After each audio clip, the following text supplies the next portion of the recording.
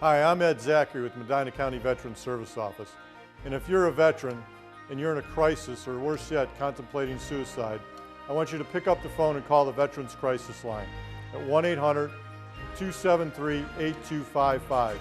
Do it now.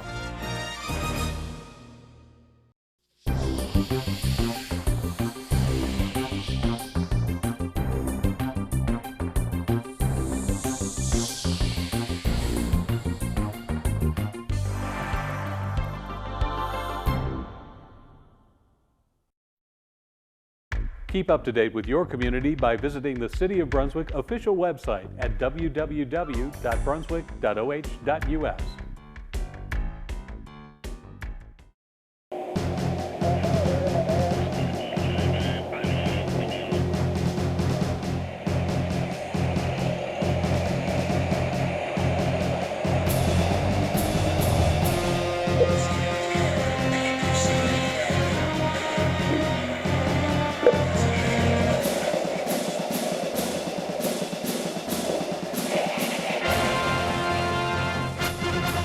Welcome to this month's Salute to Service, and today I have with me Mr. Bryan Bowman, who is the Veterans Constituent Representative for Congressman Renacci in Wadsworth, Ohio.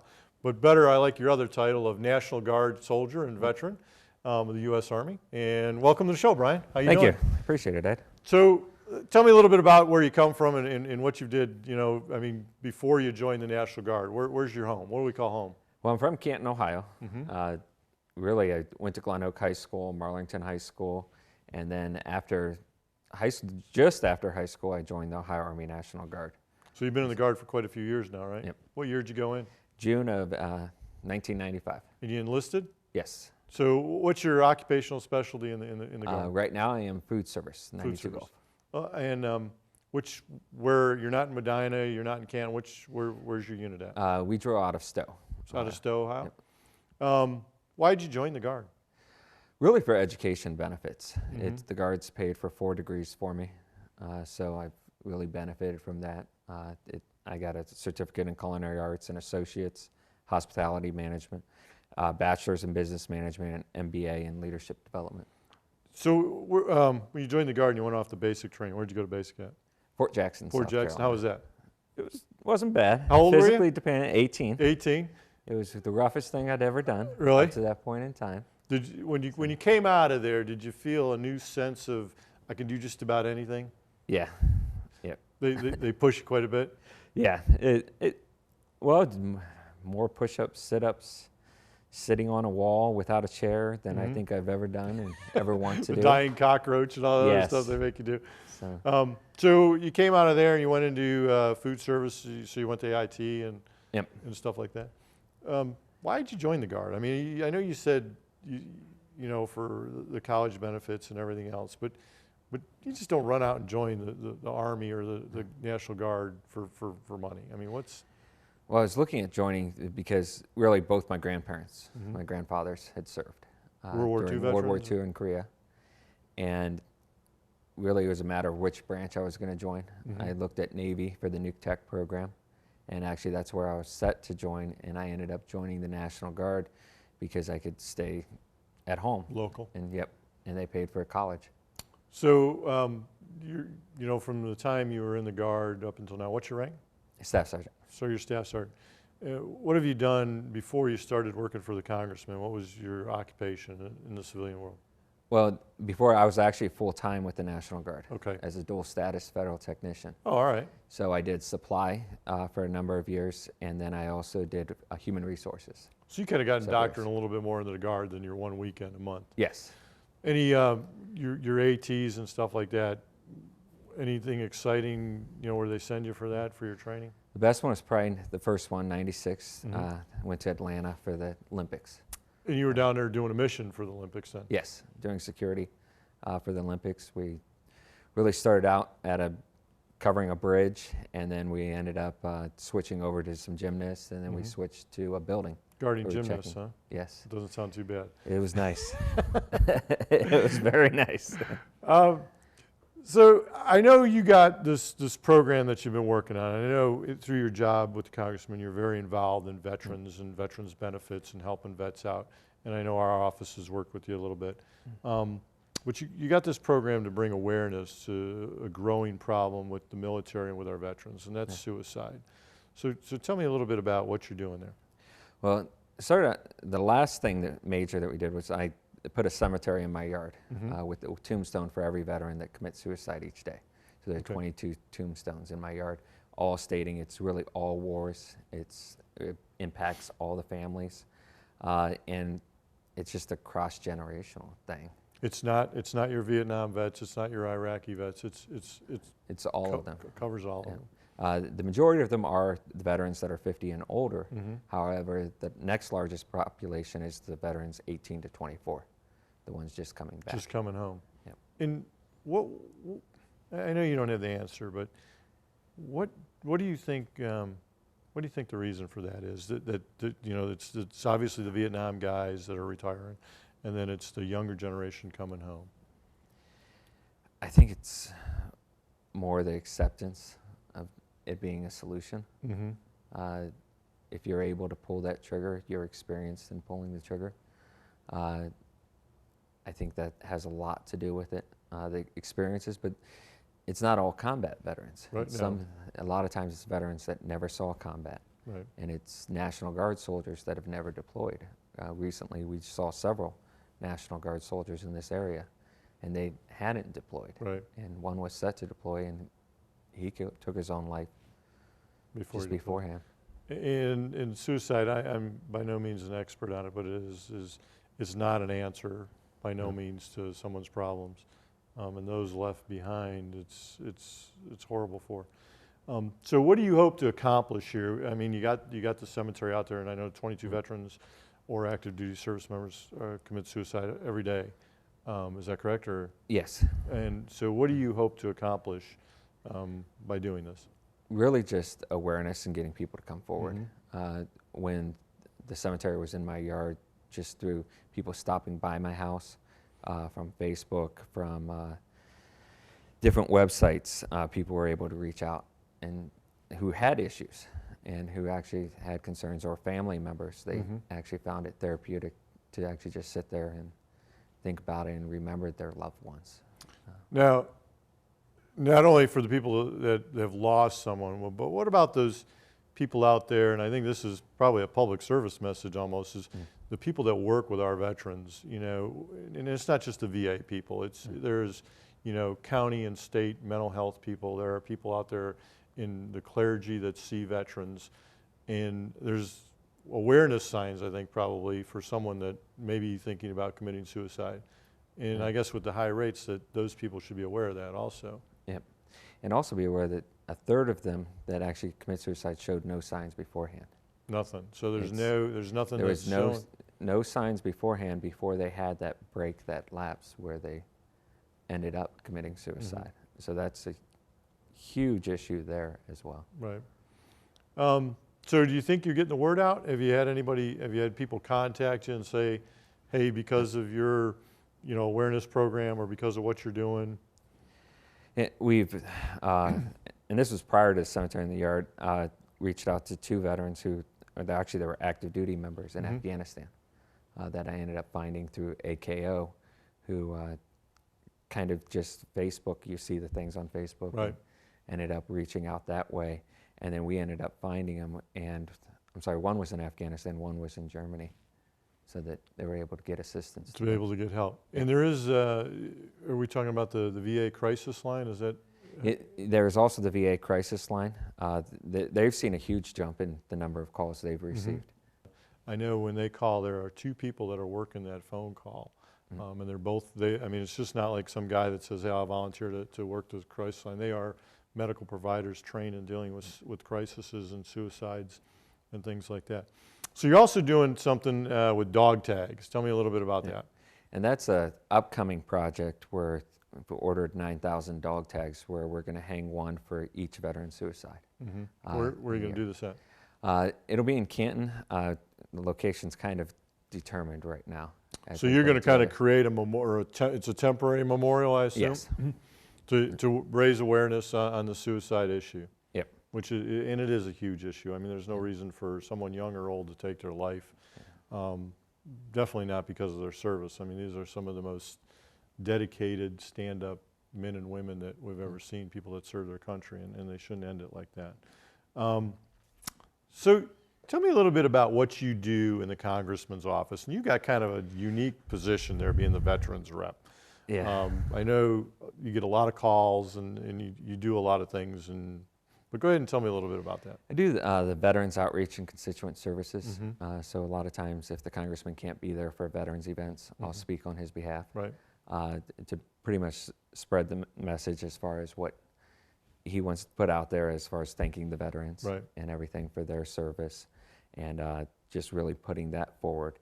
And then also a lot of it is we can get medals for veterans, request those. Right. If there's any issues with those, we've requested audits on them. A good example is even the Congressman's father. He's a World War II veteran, and when he passed, we requested his medals, and there was 4 medals that he had never received in his lifetime. And a lot of veterans, they don't receive their medals. So when you order the medals, I know when we order them, the NPRC and the people that do the medals checks will review the medals, and if there's some that's not on the discharge, they'll send them out. Yep. And you can go to your office or mine and order those medals for your loved ones. There is a one-time replacement set, correct? Yep.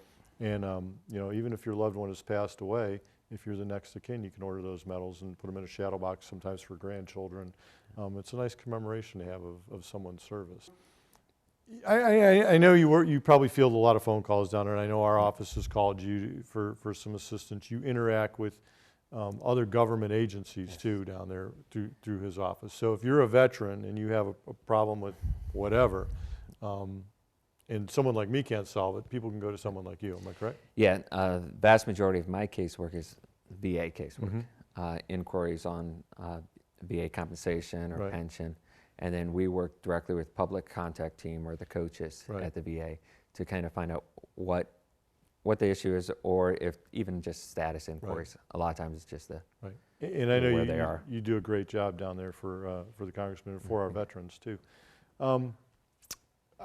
Anything stand out in your military career that you want to share with us, that why you continue to do what you do? I mean, obviously, someone doesn't sign up to be the veterans constituent. It's probably not the most thankful job. I mean, veterans call, we're angry. I know, we want our benefits and everything else. But what's tipped you to do what you continue to do for our veterans? What's the dedication you got there? Well, during the 2006-2007 deployment, I was actually rear detachment and did a lot working with the families and a lot with the different assistance groups. We started a Reading Across Seas program. We started several programs just kind of helping the families and everything.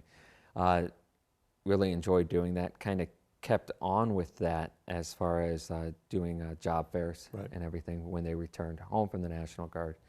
As I was getting ready to be medically separated from the Guard, when I would actually be medically retired from my technician position as well, the Congressman's office had called and asked if there'd be any interest in me interviewing for the position. And that's kind of how I reached out. So you're kind of continuing that service to the veterans and the families. Yep. And Ohio's got a pretty good program for our families back here when the Guard deploys, the One Source and the Family Assistance Centers. There's one right out of North Canton. Right.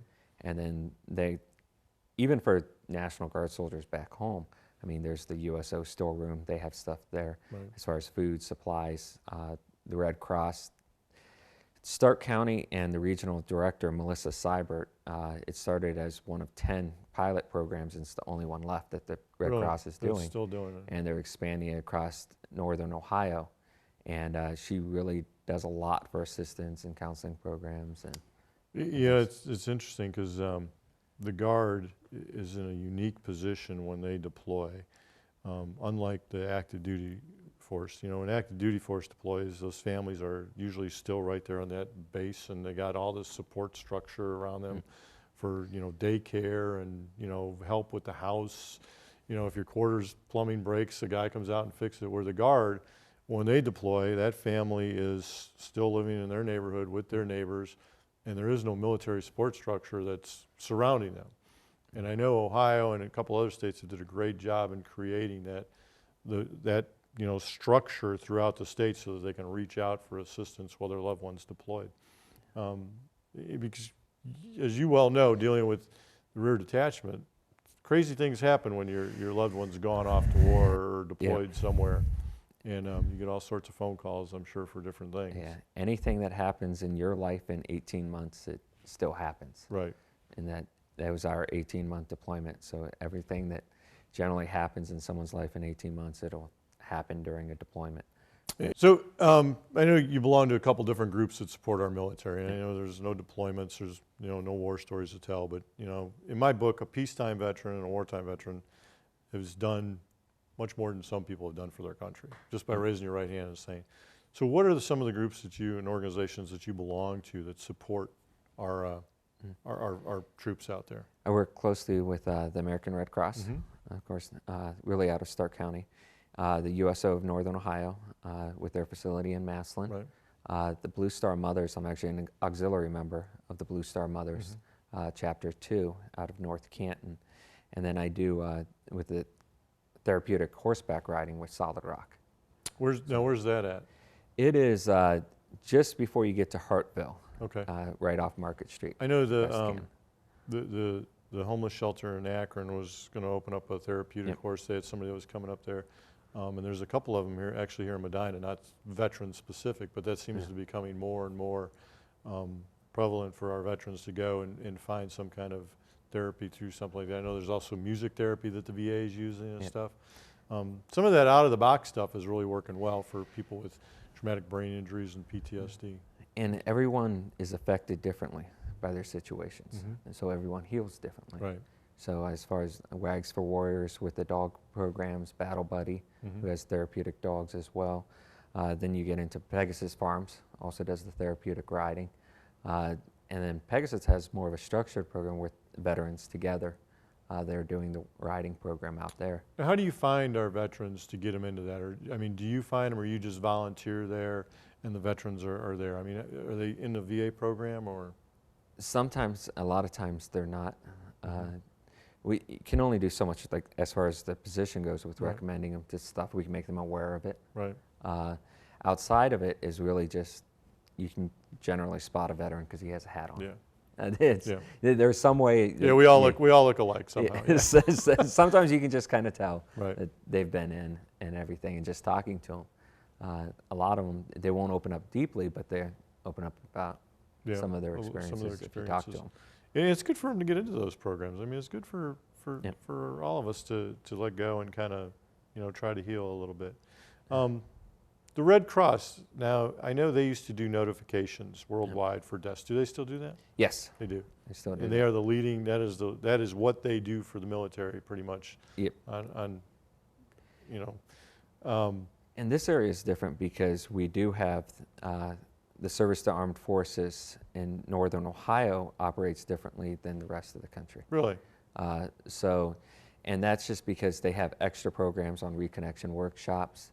They're starting a program with a camp for kids for the National Guard soldiers who can't make it up to Sandusky or different areas. And then we also have active duty families in this area. No, they do do they still do the camp up on the islands? Yes. Yes, okay. And I know I was up there a couple years ago. It's a huge deal for the Red Cross. I got to say, the Red Cross, in my book, 20 years ago almost, when my father passed away, they were the ones that delivered the message. And I was in Europe, and I got told at 7 o'clock at night, and 7 o'clock the next night I was landing in Cleveland because of the Red Cross. Airplane ticket, money in the pocket to get home for food and everything. So they are very high on my list of, an organization that does great things for our military. Had they not been there, I would not have been home that quick. So it was very important. And I got to see my father before he passed away. So I, just hat off to the Red Cross for that.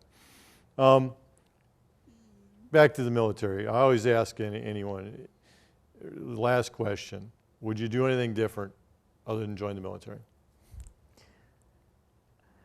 I think I would have changed MOSs. You would have did something different, but you'd still be a soldier today, right? Oh, yeah. Okay.